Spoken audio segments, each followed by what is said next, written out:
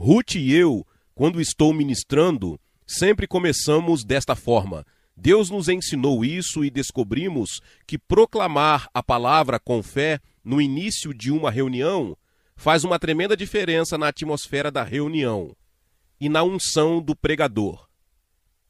Vamos proclamar Isaías 55, os versos 10 e 11, que é uma das nossas proclamações favoritas. Nós o usamos frequentemente em conexão com nosso ministério de rádio e seu alcance por todo o mundo. Então aqui está: pois assim como a chuva e a neve descem do céu, e não voltam para lá, mas regam a terra e a fazem produzir e brotar, para que dê semente ao semeador e pão ao que come, assim será a minha palavra, seja o que sai da minha boca. Não voltará para mim vazia, mas fará o que me apraz, e prosperará naquilo para que a enviei. Amém. Agora deixe-me falar um pouco sobre a palavra proclamação ou o verbo proclamar. Na verdade, vem de uma palavra latina que significa gritar. É uma palavra forte. Existem duas palavras relacionadas na linguagem do Novo Testamento: confissão ou confessar, e proclamação ou proclamar. Agora, confessar ou confissão significa dizer o mesmo que. E para nós, como crentes na Bíblia, confissão significa que dizemos com a nossa boca o mesmo que Deus já disse na sua palavra. Fazemos com que as palavras da nossa boca concordem com a palavra de Deus. E dessa forma, nos preparamos para receber o total apoio e autoridade de Jesus. Em Hebreus 3:1, o escritor diz que Jesus é o sumo sacerdote da nossa confissão. Essa é uma afirmação muito importante. Se você não tem confissão, você não tem sumo sacerdote. Ele é nosso sumo sacerdote em relação ao que confessamos. Em outras palavras, sempre que dizemos com a boca tudo o que a Bíblia diz sobre nós como crentes em Jesus, então temos Jesus como nosso sumo sacerdote no céu, liberando sua autoridade e sua bênção. Mas, se permanecermos em silêncio, num certo sentido, fecharemos o seu ministério como sumo sacerdote. E se fizermos a confissão errada, faremos ainda pior. Em certo sentido, convidamos forças negativas a nos cercar e a se mover sobre nós. Ora, a proclamação é, por assim dizer, uma confissão agressiva. A proclamação é, em certo sentido, uma palavra de guerra espiritual. É liberar a autoridade da palavra de Deus em uma situação, em nossas próprias vidas, na vida da igreja, em uma situação política. Seja ela qual for, existem inúmeras situações diferentes que precisam do poder de Deus liberado nelas. E não há maneira mais eficaz do que liberar o poder de Deus em uma situação, seja ela a sua própria vida, sua família, sua igreja, sua nação, seja ela qual for, do que a proclamação. Proclamar é realmente a atividade de um arauto. Um arauto é uma palavra que não usamos muito hoje. Mas um arauto era uma pessoa com autoridade de um rei, ou duque, ou de algum nobre que foi para a área específica em questão e fez uma proclamação da vontade e da decisão de Deus, do governante daquele lugar específico. Antigamente diziam "Oiés, oiés", e depois faziam a proclamação. Quando eles disseram "Oiés, oiés", todos ficaram em posição de sentido e sabiam que esta era a voz da autoridade falando conosco. E no Novo Testamento, embora não apareça na maioria das traduções, a palavra para pregar é a palavra de um arauto. É uma palavra que significa proclamar. Uma de nossas escrituras favoritas é Mateus 24:14. Este evangelho do reino será pregado. Preferimos dizer, será proclamado em todo o mundo, em testemunho a todas as nações, e então chegará o fim. Sou professor da Bíblia há cerca de 50 anos e sempre senti que meu dever era interpretar a Bíblia, explicá-la e ajudar as pessoas a entendê-la. Mas cerca de 12 anos atrás, o Senhor começou a imprimir em mim a palavra proclamar. De alguma forma, senti que Ele estava me desafiando a ir além do ensino e proclamar.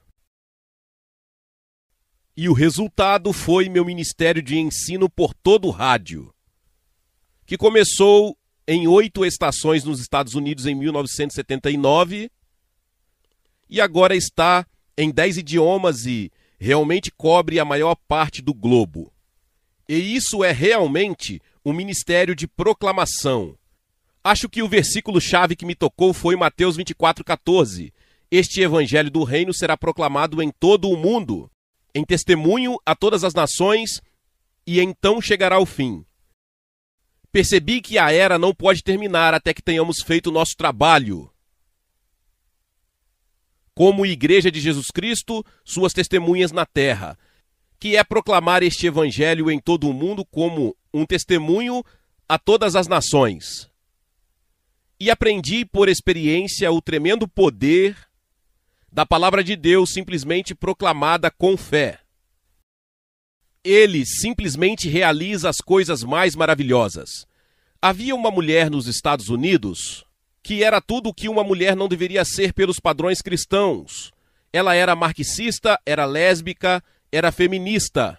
E ela levou isso a sério, quero dizer, ela estava comprando revólveres para atirar em homens.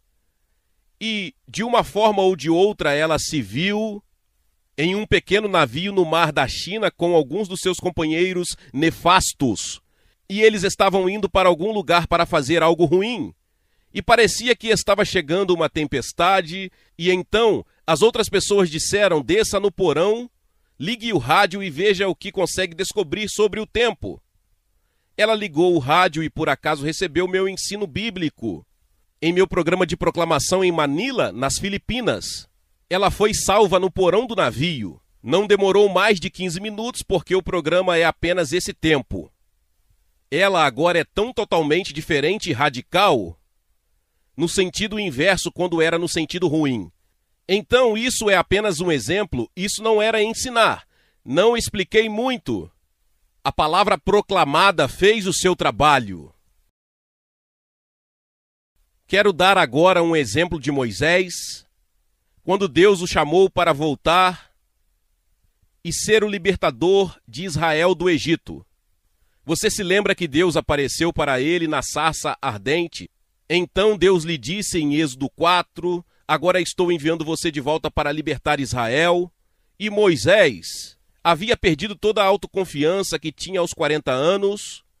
Aos 80 anos ele não tinha confiança em si mesmo. E ele disse: por que eu, Senhor, não consigo, não tenho nada, como é que eu poderia fazer isso? E o Senhor lhe disse: o que você tem na mão? Moisés olhou para baixo e disse: é uma vara, igual a que todo pastor do Oriente Médio carrega. Ele não achava que houvesse algo particularmente importante em sua vara. Mas o Senhor disse: jogue-a no chão, e quando ele fez isso, tornou-se uma cobra. E Moisés fugiu da sua própria vara. Em outras palavras, havia um potencial naquela vara que ele tinha em mãos que ele nunca havia previsto ou imaginado. Então o Senhor disse: pegue-a pelo rabo, e todos os que lidam com cobra saberão que você nunca pega uma cobra pelo rabo. Mas Moisés o fez. Acho que ele estava tremendo enquanto fazia isso. E isso se tornou uma vara em sua mão. E Deus disse-lhe com efeito: agora vá com a sua vara, isso é tudo que você precisa. Você pode fazer todo o trabalho com aquela vara.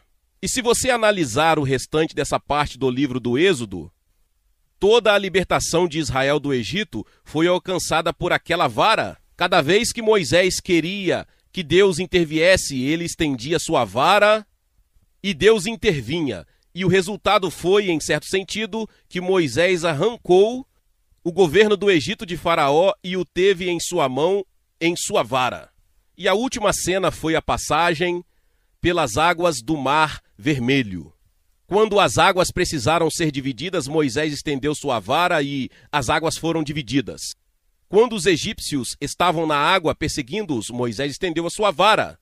As águas voltaram e destruíram os egípcios.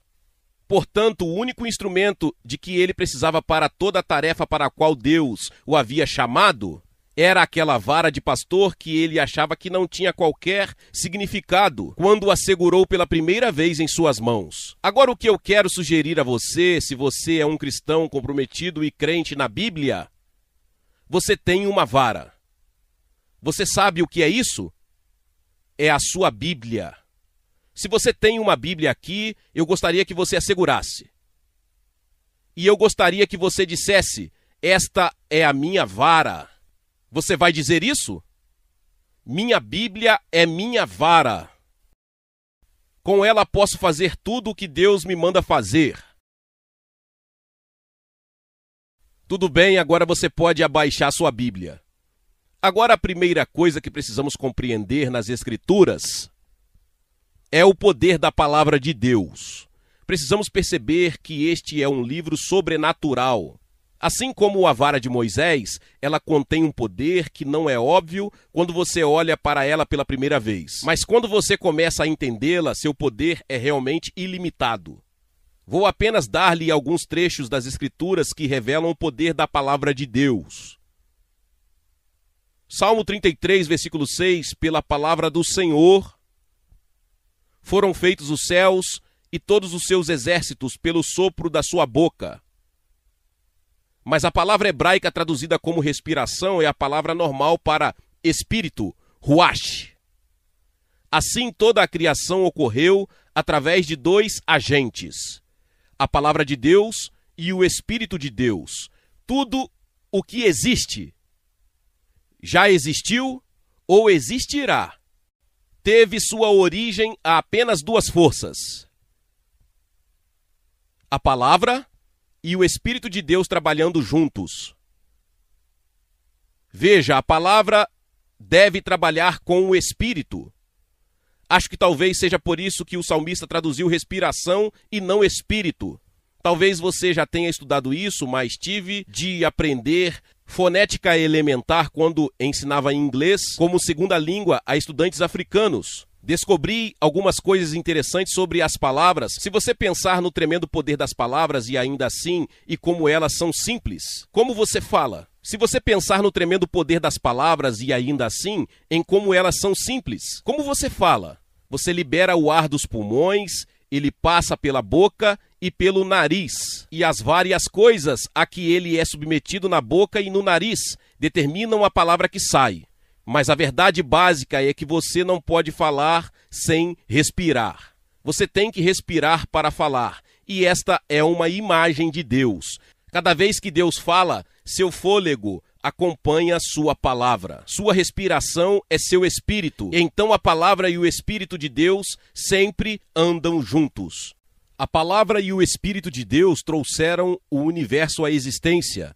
E eles sustentam o universo em existência. Há uma escritura muito poderosa em 2 Pedro, capítulo 3, que nos diz três coisas que a palavra cria, a palavra mantém e a palavra abole. 2 Pedro, capítulo 3, começando no versículo 5. Pela palavra de Deus, os céus, desde a antiguidade, e a terra surgiram, foram da água e na água, por cuja palavra o mundo que não existia pereceu, sendo inundado com água. Mas os céus e a terra que agora existem são guardados pela mesma palavra, reservada ao fogo até o dia do julgamento e a perdição dos homens ímpios. Assim, pela palavra de Deus, os céus e a terra foram criados. Pela palavra de Deus, eles são mantidos em existência. E pela palavra de Deus, quando chegar o tempo de Deus, eles passarão. Então, a palavra de Deus cria, mantém e abole. Acho que às vezes, quando olho para a bagunça que o homem está fazendo neste planeta, Fico feliz que a palavra de Deus possa um dia abolir essa bagunça. A palavra de Deus o trouxe à existência, a palavra de Deus o mantém existindo e a palavra de Deus fará com que ele deixe de existir. Tudo o que Deus faz pela sua palavra. Agora, uma escritura que Ruth e eu citamos, poderíamos muito bem citá-la novamente. Isaías 55, os versos 10 e 11, aponta o que acabei de explicar, que a palavra de Deus deve sair da boca de Deus. Caso contrário, não é eficaz. Então aí estamos, como começamos? Pois como a chuva, isso mesmo, obrigado. Se estou pregando, sempre acho difícil lembrar. Pois assim como a chuva e a neve descem do céu, e para lá não voltam, mas regam a terra e a fazem produzir e brotar, para que dê semente ao semeador e pão ao que come, assim será a minha palavra que sair da minha boca. Ela não voltará para mim vazia, mas fará o que me apraz, e prosperará naquilo para que a enviei. Amém. Agora observe que Deus diz a minha palavra da minha boca. Em outras palavras, minha palavra quando é impulsionada pela minha respiração. Agora em 2 Coríntios 3,6, Paulo diz, a letra mata. Em outras palavras, as simples palavras sem respiração não traz vida. Tem que ser a palavra e o Espírito juntos. Então, você pode obter um sermão seco, que é todo bíblico, mas não tem fôlego. E não dá vida, dá morte. Entendem? Os dois devem operar juntos, a palavra e o Espírito.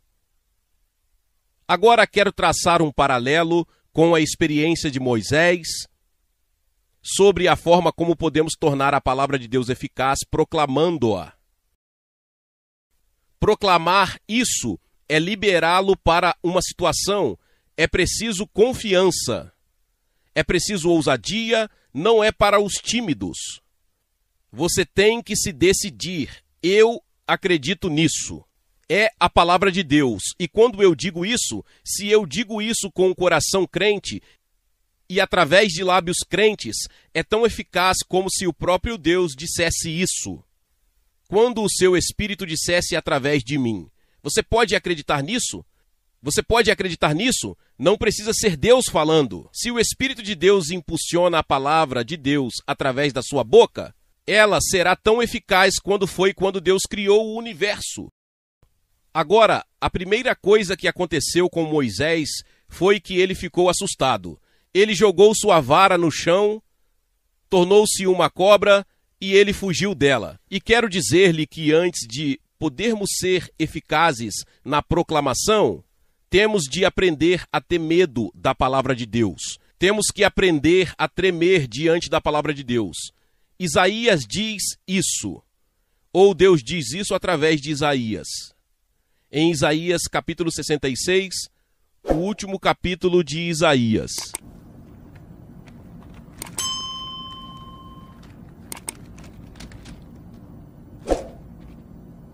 Os 2 primeiros versículos de Isaías 66. Assim diz o Senhor, o céu é o meu trono, e a terra é o meu escabelo. Onde fica a casa que você vai construir para mim, e onde é o lugar do meu descanso? Pois todas essas coisas fizeram a minha mão, e todas essas coisas existem, diz o Senhor. Em outras palavras, o Senhor diz, você não pode construir para mim nenhum templo ou edifício que me impressione, porque eu construí o universo inteiro. Mas ele diz, há apenas uma coisa que atrai meu favor. Apenas uma coisa. Ele diz, mas para este olharei. Outra tradução diz, terei respeito. A quem Deus respeitará? Quem ele levará em consideração? Aquele que é pobre e contrito de espírito e que treme na minha palavra. Então você vê como Moisés, nossa primeira reação deve ser medo e admiração pela palavra de Deus. Há muito pouco medo da palavra de Deus. na igreja hoje. Estamos muito familiarizados com isso. Nós a divulgamos e a citamos, mas não demonstramos verdadeira reverência por ela. E temos que mudar essa atitude. Agora deixe-me apresentar duas razões encontradas no Evangelho de João, pelas quais devemos tremer diante da palavra de Deus. A primeira está em João capítulo 12. Os versículos 47 e 48. Jesus está falando. Ele diz: se alguém ouve as minhas palavras e não as recebe, nem as guarda, eu não o julgo, pois eu não vim para julgar o mundo, mas para salvar o mundo. Quem me rejeita e não recebe as minhas palavras, já tem quem o julgue. A palavra que falei o julgará no último dia. Então Jesus diz: não serei seu juiz. Você será julgado pela palavra de Deus. Imagine-se diante de Deus, o Todo-Poderoso, tendo que prestar contas de sua vida, o que acredito que todos nós teremos que fazer um dia. Você tremeria, você ficaria muito preocupado. O que Jesus diz é que você deve ter a mesma atitude em relação à palavra de Deus, pois é a palavra de Deus que será o seu juiz. Cada vez que abrimos as páginas desta palavra e a lemos, se pudermos entendê-la, estamos olhando para aquilo que um dia nos julgará. Não é de admirar que devemos tremer diante disso. E mais adiante, em João capítulo 14, versículo 23, Jesus faz outra declaração surpreendente. Ele diz: se alguém me ama, guardará a minha palavra. E meu Pai o amará, e viremos para ele, e faremos nele morada. É um dos poucos lugares na Bíblia onde o substantivo plural é usado para se referir a Deus. Nós, Pai e Filho, iremos até ele. Como iremos? Através do quê? Através da sua palavra. Em outras palavras, quando nos abrimos para a palavra de Deus, se pudermos acreditar nela, o próprio Deus, o Pai e o Filho, entram em nossas vidas dispostos a morar conosco. Se um dia acontecesse que, de alguma forma, mesmo em uma visão, você visse o Senhor Jesus, talvez entrando em sua casa, você ficaria impressionado. Você teria uma sensação de admiração, você gostaria de cair aos seus pés. Jesus diz: não só eu irei, mas o Pai virá. Nós iremos através do quê? Através do quê? Através da palavra de Deus. Você vê? Devo dizer que a maioria de nós na igreja contemporânea temos que mudar a nossa atitude em relação à palavra de Deus. Precisamos mostrar reverência, admiração e medo. E não será eficaz em nossas vidas da maneira que estou falando, até que aprendamos a reverenciar a palavra de Deus. Agora, isso é tremer na palavra. Essa foi a primeira coisa que aconteceu com Moisés. De repente, ele percebeu o poder que estava em sua vara e fugiu dela. Ele ficou intimidado. A segunda coisa que ele fez foi segurar a vara. Pela fé, ele agarrou-a e ela tornou-se novamente uma vara em sua mão. Então, quando trememos, precisamos nos apegar à palavra de Deus. Precisamos nos apegar firmemente à palavra de Deus. E há uma escritura perto do final do livro dos Salmos que para mim é realmente impressionante. Salmo 149.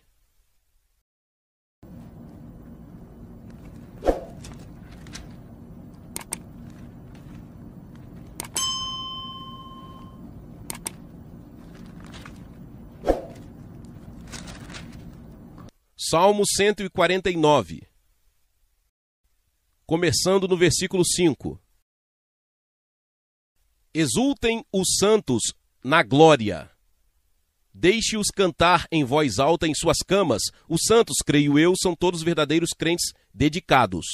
A palavra santo, palavra hebraica Hassid. Quantos de vocês já ouviram falar do judaísmo racídico, muito ultra-ortodoxo? Significa alguém que treme diante da palavra de Deus e que está totalmente comprometido com ela. Deixe os santos se alegrarem na glória, deixe-os cantar em voz alta nas suas camas, que os altos louvores de Deus estejam na sua boca e uma espada de 2 gumes nas suas mãos para executar vingança sobre as nações e punir os povos para prenderem seus reis com cadeias e seus nobres com grilhões de ferro, para executarem neles o julgamento escrito. Esta honra tem todos os seus santos. É uma série incrível de declarações. Se você puder se identificar como pertencente aos santos, diz que temos que ter a espada de 2 gumes, que é a palavra de Deus em nossas mãos, os altos louvores de Deus em nossa boca, e com ela podemos executar vingança nas nações, punir os povos. Você está vendo você mesmo neste cenário? Você percebe que isso é algo que Deus tem para você? Para prenderem os seus reis com cadeias e os seus nobres com grilhões de ferro? Acredito que isso significa, em parte, os principados satânicos que governam as nações, mas não exclusivamente. E então diz no versículo final, para executar nas nações o julgamento escrito. E diz que esta honra ou este privilégio tem todos os seus santos. Você já refletiu sobre isso? Deus nos deu o privilégio de executar julgamento nas nações.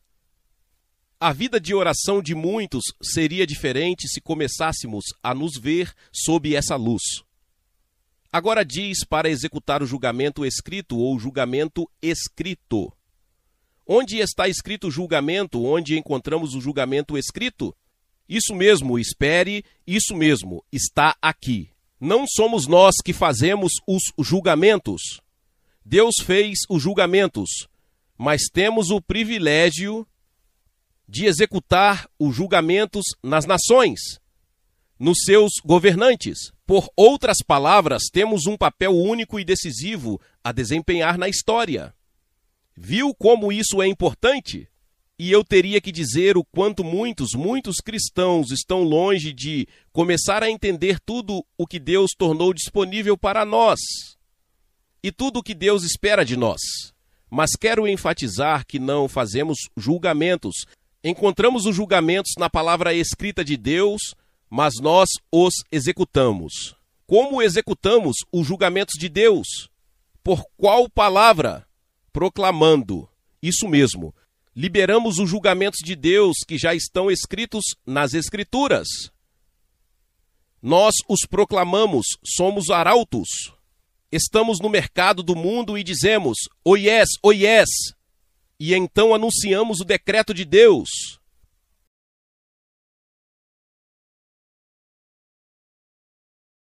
Agora acho que vou tentar ser muito prático e pé no chão. Chegamos ao próximo estágio, depois que ele agarrou a vara. O que ele fez a seguir quando voltou ao Egito?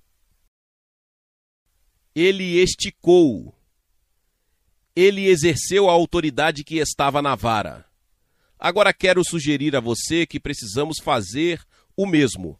Precisamos pegar a palavra escrita de Deus e estendê-la em qualquer situação em que a autoridade de Deus seja necessária. Uma das maneiras, não estou dizendo que seja a única, mas acho que de muitas maneiras, a maneira mais eficaz de liberar a autoridade de Deus em uma situação é proclamando com fé e sob a unção do Espírito Santo. Porque lembre-se, a palavra deve acompanhar a respiração. Mas quando os dois andam juntos, quando o sopro de Deus O Espírito de Deus impulsiona a palavra de Deus para fora de nossas bocas. Podemos liberá-la em uma situação e ela tem toda a autoridade do Deus Todo-Poderoso nessa situação. Deus não desceu do trono. Tirou a vara da mão de Moisés e disse: Moisés, eu farei isso. Acho que é isso que a maioria de nós espera que aconteça. Deus diz: você tem a vara, você faz. Mas é chamada de vara de Deus no livro do Êxodo. Era a vara de Deus, mas Moisés a segurou, Moisés estendeu-a, Moisés e Arão juntos. Não fez nenhuma diferença. Foi a vara que fez o trabalho. Então vou considerar agora uma série de situações potenciais, começando pelas quais são pessoais e passando pelas quais são nacionais e internacionais. E vou simplesmente mostrar-lhes diferentes maneiras pelas quais podemos esticar a vara. Agora vou pedir para Ruth voltar e ficar ao meu lado. E todas as proclamações que faremos agora são proclamações que fazemos regularmente em nossas devoções pessoais. Eu lhe digo, nossas devoções pessoais nem sempre são momentos de silêncio. Às vezes gritamos. Afinal, proclamar é gritar. Não digo que há mais poder em gritar, apenas depende de como o Espírito Santo o orienta. Provavelmente, temos entre 1 e 200 proclamações que fazemos regularmente, e quando Ruth estava lutando por sua vida, esta era a nossa arma número 1. Algumas dessas proclamações já fizemos milhares de vezes. Se você tem muitos pensamentos negativos e muitas influências negativas, apenas dizer isso uma vez não muda muito. Talvez você tenha que continuar dizendo isso até pensar, até quando surge alguma situação e assim você reage. Sou britânico de origem, como muitos de vocês sabem. Digo isso ao meu povo britânico, por isso não tenho muito medo de dizer isso aos americanos. E britânicos tendem a ser extremamente negativos. Eles são pessimistas por natureza. E eu era um pessimista dos pessimistas. Deus foi gradualmente me revolucionando, demorou muito tempo. Mas acho que um dos meus estranhos hábitos mentais remonta à infância. Quando estou numa situação, começo automaticamente a pensar em todos os problemas que podem acontecer, em todos os problemas que podem surgir. Entro no carro para dirigir e penso agora se houve algum acidente e outras coisas mais. Talvez alguns de vocês tenham o mesmo problema. Tenho usado a arma da palavra de muitas maneiras diferentes, mas há uma escritura, não posso lhe dar a referência exata. Está em Jeremias 29 e o Senhor está falando a Israel. E diz: eu conheço os planos que tenho para vocês, planos de bem e não de mal. Outra tradução diz: planos de prosperidade e não de calamidade, para lhe dar um futuro e uma esperança. Então, toda vez que começo a nutrir alguma imagem negativa de algum desastre, digo: agradeço por conhecer os planos que o Senhor tem para mim. Planos de bem, não de mal, planos de prosperidade e não de calamidade, para me dar um futuro e uma esperança. E talvez eu tenha que dizer isso várias vezes, mas no final disso o negativo foi dissipado. E tenho uma atitude forte, confiante e positiva. Ruth, eu acho, aprendeu isso? Você já? Não. Então vou dizer, não é um dos nossos repertórios, mas provavelmente será. Mas de qualquer forma o Senhor diz: conheço os planos que tenho para você. Planos de bem e não de mal, planos de prosperidade e não de calamidade, para lhe dar um futuro e uma esperança. Você começa a dizer isso toda vez que entra no carro. Você fará uma boa viagem, você vai realizar as coisas que se propôs a fazer. Sua atitude faz muita diferença, a forma como as pessoas te tratam. Você entra em uma loja e entra com essa atitude e eles farão algo por você. Se você entrar esperando problemas, mau serviço ou descortesia, provavelmente é isso que você receberá. Isso é apenas a propósito, mas não é nenhum custo extra para isso. Agora vamos tomar algumas proclamações padrão, mas antes de tudo, lembre-se que deve ser a respiração com a palavra. Em outras palavras, tem que ser o Espírito Santo.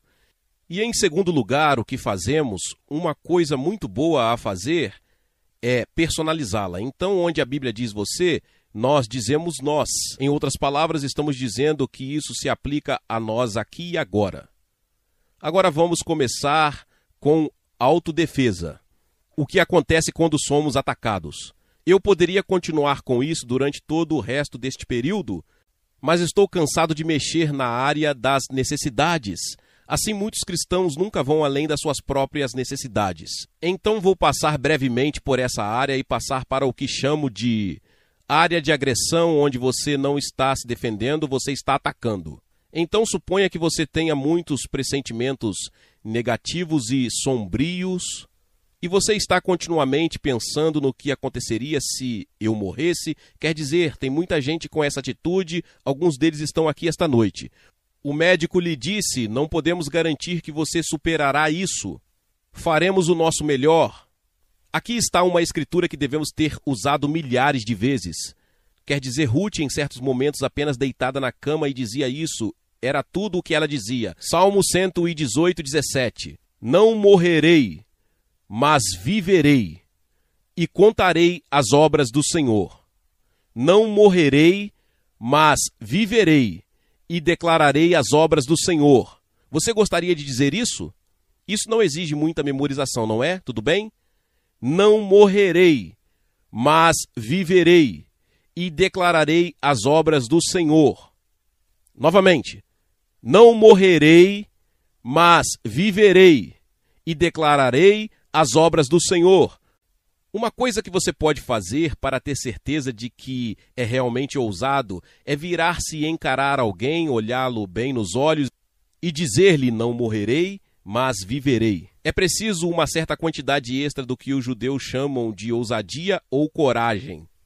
Não morrerei, mas viverei, e declararei as obras do Senhor.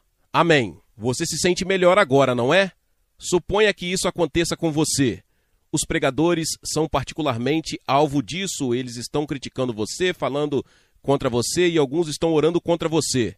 Então o que você faz? Nosso remédio é Isaías 54, 17. Se você quiser encontrar isso em sua Bíblia, nós simplesmente diremos. Agora dizemos isso da nossa maneira particular, mas é baseado nisso. Nenhuma arma forjada contra nós prosperará. E toda língua que se levantar contra nós em julgamento, nós condenaremos. Esta é a nossa herança como servos do Senhor, e a nossa justiça vem de ti, ó Senhor dos exércitos. Você achou? Você vê como nós personalizamos isso? Quer dizer, na verdade, vou lhe contar um segredo que não é mais segredo. Todo mundo vai saber disso, no mundo todo, mais cedo ou mais tarde. Dizemos isso todas as noites antes de dormir. Muito bem. Nenhuma arma forjada contra nós prosperará. E toda língua que se levantar contra nós em julgamento, nós condenaremos. Esta é a nossa herança, como servos do Senhor, e a nossa justiça vem de ti, ó Senhor dos exércitos. É por isso que podemos condenar as línguas que nos acusam, porque elas estão acusando a justiça de Deus, e isso é sempre perder. Eu gostaria de dizer apenas para esclarecer, depois disso dizemos: se há aqueles que têm falado ou orado contra nós, ou buscando dano ou mal para nós, nós os perdoamos, e tendo-os perdoados, nós os abençoamos no nome do Senhor. Substituímos o negativo pelo positivo, porque a Bíblia diz: se as pessoas amaldiçoarem, você as abençoa de volta, abençoe-os. Paulo diz: não se deixe vencer pelo mal, mas vença o mal com o bem. O único poder forte o suficiente para vencer o mal é o bem. Então você tem que aprender a enfrentar o negativo e superá-lo com o positivo, mas tem que ser baseado nesta palavra. Agora suponhamos, digamos que nosso ministério seja atacado, ou possa ser a nossa casa ou a nossa família. Temos um pelo qual somos bastante famosos em Deuteronômio 33, os versos 25 ao 27. Fazemos isso na NVI, o que a torna muito poderosa. Deuteronômio 33, os versículos 25 ao 27. Os ferrolhos dos nossos portões serão de ferro e bronze, e nossa força será igual aos nossos dias. Não há ninguém como o Deus de Jesurum, que cavalga nos céus para nos ajudar, e nas nuvens em sua majestade. O Deus eterno é o nosso refúgio, e por baixo estão os braços eternos. Ele expulsará nossos inimigos de diante de nós, dizendo: destrua-o. Amém. Isso realmente assusta Satanás. Vou lhe dizer isso. Aprendemos que você precisa destruí-lo. Deus o expulsará. Você tem que destruí-lo. Você tem que colocar o pé no pescoço do inimigo. Não entraremos em detalhes sobre isso, eles são muito sanguinários. Vamos salientar que não estamos falando de seres humanos, mas de forças espirituais quando falamos de nossos inimigos. Nossos inimigos não são de carne e osso. Seu pastor não é seu inimigo. Seu marido não é seu inimigo. Você pode pensar assim às vezes, mas não é assim. Você tem que aprender que não estamos lutando contra seres humanos. Estas armas são muito poderosas, mas têm que ser utilizadas no contexto certo. Agora suponha que você tenha algum tipo de necessidade, nenhum de vocês sabe, tenho certeza, mas suponha que isso deveria acontecer, financeiro, físico ou de cura. Tenho uma proclamação para cada um. Em primeiro lugar, financeiro. 2 Coríntios 9, 8, e nós apenas mudamos um pouco as palavras, mas basicamente elas são King James. Deus é poderoso para fazer abundar em nós toda a graça, para que sempre, tendo toda a suficiência em todas as coisas, possamos abundar em toda boa obra. Veja, começa com 3 palavras simples. Deus é capaz. Você acredita que Ele é capaz? É importante, então diz o que Ele é capaz de fazer. E esse é um versículo tremendo. A palavra todos ocorre 5 vezes. E a palavra abundar ou abundância ocorre 2 vezes. Não seria possível colocar mais abundância em um versículo do que Paulo conseguiu naquele. Isso é graça. Observe que, como a graça é recebida? Pela fé. Pela graça você é salvo por meio da fé, isso mesmo. Não é algo que ganhamos, não depende do nosso salário. Embora isso possa estar relacionado, mas nós a recebemos pela fé, na graça de Deus. Faremos isso mais uma vez, esta é a base financeira do nosso ministério. Sempre que oramos por finanças, começamos nesta base. Veja, então temos uma atitude positiva, então faremos isso de novo. Deus é poderoso para fazer abundar em nós toda a graça, para que sempre, tendo toda a suficiência em todas as coisas, possamos abundar em toda boa obra. E então suponha que você seja desafiado por algo que não consegue fazer, é demais, você não é capaz, você não tem educação, não tem força, depende do que é. E ainda assim Deus desafiou você com isso. Bem, recorremos a Filipenses 4,13. Mas esta é a versão Prince. Acontece que sei grego e acho que o Senhor me deu uma tradução muito boa do grego, que revela o significado melhor do que qualquer outra versão que já vi.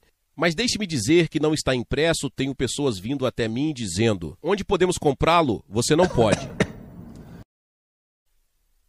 Posso todas as coisas através daquele que me fortalece interiormente. Vou dizer isso novamente. Posso todas as coisas através daquele que me fortalece interiormente. Eu uso a palavra capacitar porque a palavra grega vem de dunamis, que normalmente é traduzida como poder. Então, há uma fonte de poder dentro de você que é liberada pela sua proclamação. Posso fazer todas as coisas através daquele que me fortalece interiormente. Não tenho educação, não tenho força, mas quando é a vontade de Deus, quando é uma tarefa designada por Deus, há alguém em mim que me capacita por dentro. E então suponha que o problema seja doença. Um dos nossos favoritos é 1 Pedro 2,24. O próprio Jesus levou os nossos pecados em seu próprio corpo sobre o madeiro, para que nós, tendo morrido para os pecados, pudéssemos viver para a justiça, por cujas feridas fomos curados. Veja isso, coloque no pretérito. Se você notar quando fala sobre cura na expiação, nunca usa o futuro. 700 anos antes da vinda de Jesus, Isaías diz que através de suas pisaduras fomos curados. Após a expiação, olhando para trás, Pedro disse: por cujas feridas você foi curado. Isso lhe dá uma perspectiva totalmente nova. Isso não significa que você deixe automaticamente de estar doente, mas lhe dá uma base diferente para enfrentar e desafiar a doença. Às vezes você tem que continuar dizendo isso por muito tempo, você só precisa decidir o que é mais confiável, a palavra de Deus ou os seus sintomas. Agora estamos entrando em uma área mais agressiva. Vamos falar sobre intervenção nos assuntos nacionais e internacionais. Ruth e eu passamos muito tempo orando fora de nossas próprias necessidades, orando por diversas situações, pelo destino das nações. Aqui estão algumas passagens bíblicas que irão encorajá-lo e ajudá-lo. Um dos nossos favoritos, que quase sempre terminamos, é Daniel 2, 20, 22 e 4, 34 e 35.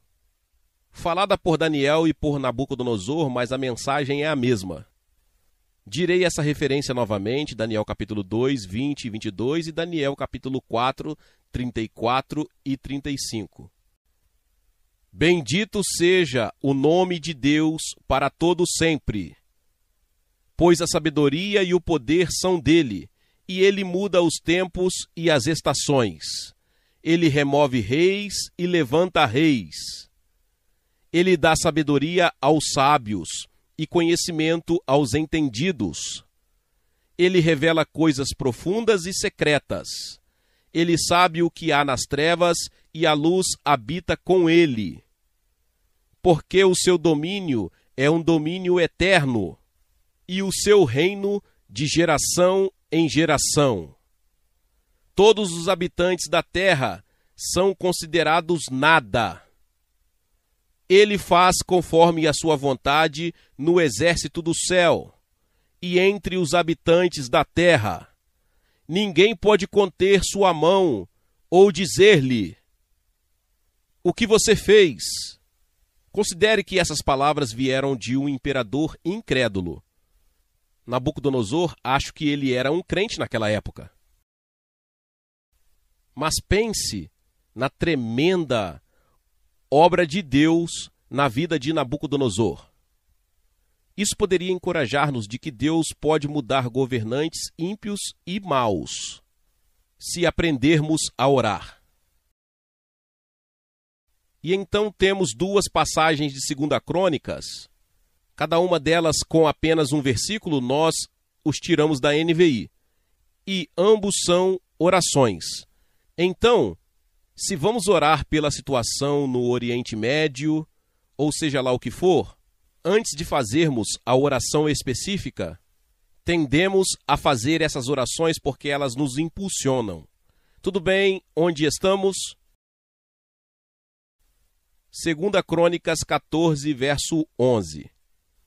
Senhor, não há ninguém como tu para ajudar os impotentes contra os poderosos. Ajuda-nos, ó Senhor nosso Deus, pois confiamos em ti e em seu nome viemos contra este vasto exército. Ó Senhor, o Senhor é nosso Deus. Isso mesmo, tudo bem. Agora, fizemos isso, não deixe o homem prevalecer contra você. Eu não fiz isso, desculpe, perdi a última parte e esse foi o meu amor. Senhor, não há ninguém como o Senhor, para ajudar os impotentes contra os poderosos. Ajuda-nos, ó Senhor nosso Deus, pois confiamos em Ti, e em Seu nome viemos contra este vasto exército. Ó Senhor, o Senhor é o nosso Deus, não deixe o homem prevalecer contra Ti. Em 2 Crônicas 20, 6:20, versículo 6. Ó Senhor, Deus de nossos pais, mas és Tu o Deus que está nos céus? Você governa todos os reinos da terra. O poder e a força estão em suas mãos, e ninguém pode resistir a Ti. Amém. Ruth está certa e eu estou errado, mas de qualquer forma, estou apenas fazendo a versão Prince. Você entendeu a mensagem. Agora faremos o Salmo 33, versículos 8 ao 12. Temos que ir rápido agora. Esta é uma afirmação tremendamente poderosa quando se trata da situação mundial. Que toda a terra tema ao Senhor, que todos os habitantes do mundo fiquem maravilhados com Ele, pois Ele falou e tudo foi feito. Ele comandou e Ele permaneceu rápido. O Senhor reduz a nada o conselho das nações. Ele invalida os planos dos povos. O conselho do Senhor permanece para sempre, os planos do seu coração para todas as gerações. Bem-aventurada a nação cujo Deus é o Senhor, e o povo que Ele escolheu como sua herança. Em outras palavras, quem sairá vencedor de tudo isso? A nação cujo Deus é o Senhor. Todos os planos das Nações Unidas e dos governos são simplesmente absurdos se forem contrários aos planos de Deus. Tudo bem, agora vamos encerrar algumas coisas relacionadas ao Oriente Médio, que é uma das áreas pelas quais mais oramos. Você pode não ter o mesmo fardo, mas pode pegar os princípios e aplicá-los à sua situação. Quero salientar, em primeiro lugar, que o Oriente Médio e o Norte da África são, sem dúvida, a área da Terra mais difícil de penetrar com o Evangelho.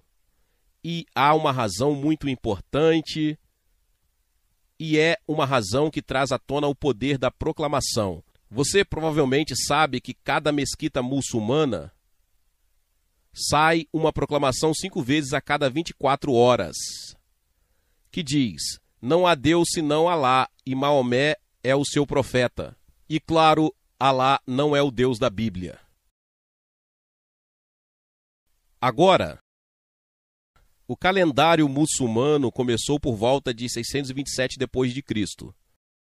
Portanto, já existe há mais de 1.300 anos, e essa proclamação tem sido feita 5 vezes por dia em todas as mesquitas há mais de 1.300 anos. Deixe-me fazer um pequeno cálculo. Se fosse feito diariamente durante 1.300 anos ou mais, seriam 477.500 dias. Digamos que, arredondando, 500.000 de dias. E é feita 5 vezes por dia, ou seja, 2,5 milhões de vezes que a proclamação foi feita em todas as mesquitas. E se considerarmos o número de mesquitas, imagino que deve haver pelo menos 500.000 de mesquitas no norte da África e no Oriente Médio. Você tem bilhões de vezes. Porque existe um poder anticristão tremendamente poderoso sobre aquela área, maior do que qualquer outra área da Terra. Qual é a causa disso? É essa a proclamação. Veja o poder da proclamação, negativo ou positivo. Como podemos superar o poder de todas essas proclamações negativas? O que temos que fazer? Faça a proclamação positiva. Então vamos dar um exemplo. Lembre-se, caso você diga, bem, é uma tarefa impossível, quando Moisés foi confrontado pelos mágicos egípcios, e todos eles jogaram suas varas no chão e todos eles se tornaram cobras. A cobra de Moisés comeu a cobra dos egípcios. Assim, por outras palavras, a nossa proclamação supera qualquer proclamação negativa se soubermos fazê-la. Então fazemos 2, especificamente em relação a Israel e sua terra, que são bíblicos. A primeira é do Salmo 25:3, da Nova Versão Internacional. O cetro dos ímpios não permanecerá sobre a terra destinada aos justos. Qual é o cetro dos ímpios neste contexto? Islamismo. Qual é a terra atribuída aos justos? A terra atribuída ao povo de Deus. A Bíblia diz que não importa o que os políticos digam, não importa o que façam, o cetro dos ímpios não permanecerá sobre a terra atribuída aos justos. Diga isso com fé quando tudo parece exatamente o contrário. É hora de dizer, você está esticando aquela vara. Isso a cobra vai devorar as cobras dos mágicos. E então Salmos 129, versículos 5 e 6. Sejam confundidos e recuem todos os que odeiam Sião. Sejam como a erva dos telhados, que seca antes de crescer. E aviso a todos aqueles que odeiam Sião que nunca atingirão a maturidade. Eles nunca atingirão a estatura completa, eles murcharão antes de crescerem completamente. Essa é a palavra de Deus e vai acontecer. E finalmente, deixe-me dar apenas mais uma passagem sobre a restauração de Israel. Em Jeremias capítulo 31.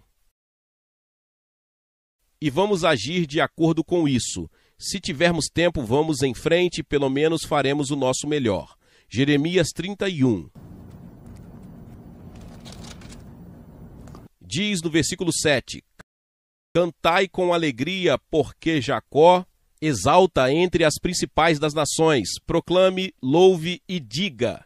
Ó Senhor, salva o teu povo, o remanescente de Israel. Se você pegar essas palavras, diz cante, grite, proclame, louve e ore. Existem 5 coisas, cante, grite, louve, proclame e ore. Proclamar é um deles. E então diz no versículo 10, ouvi a palavra do Senhor, ó nações, e declará-lo nas ilhas distantes, e isso é a Flórida. Aquele que dispersou Israel o reunirá e o guardará como um pastor faz com o seu rebanho. É o que dizemos ao Oriente Médio nessa situação atual. O mesmo Deus que dispersou Israel o está reunindo e o guardará como um pastor guarda o seu rebanho. Digamos isto, certo? Aquele que dispersou Israel o está reunindo e o guardará como um pastor guarda o seu rebanho. Agora, por que não fazemos o que a Bíblia diz? Chegamos ao final da mensagem, por que não nos levantamos, proclamamos, louvamos, gritamos e nos mostramos felizes? Vamos, Cal, e ajude-nos a elogiar, proclamar e gritar. Glória a Deus, louvado seja o nome do Senhor. Que palavra poderosa. Talvez você chegou até aqui e ouviu esta palavra e ainda não é inscrito aqui no canal. Se inscreva aqui no canal e ative o sininho das notificações. Todos os dias são postados vídeos abençoados aqui no canal para te abençoar. Deixe também o seu like e não se esqueça de compartilhar esta palavra com mais pessoas. Meus irmãos e minhas irmãs, nos vemos nos próximos vídeos. Amém.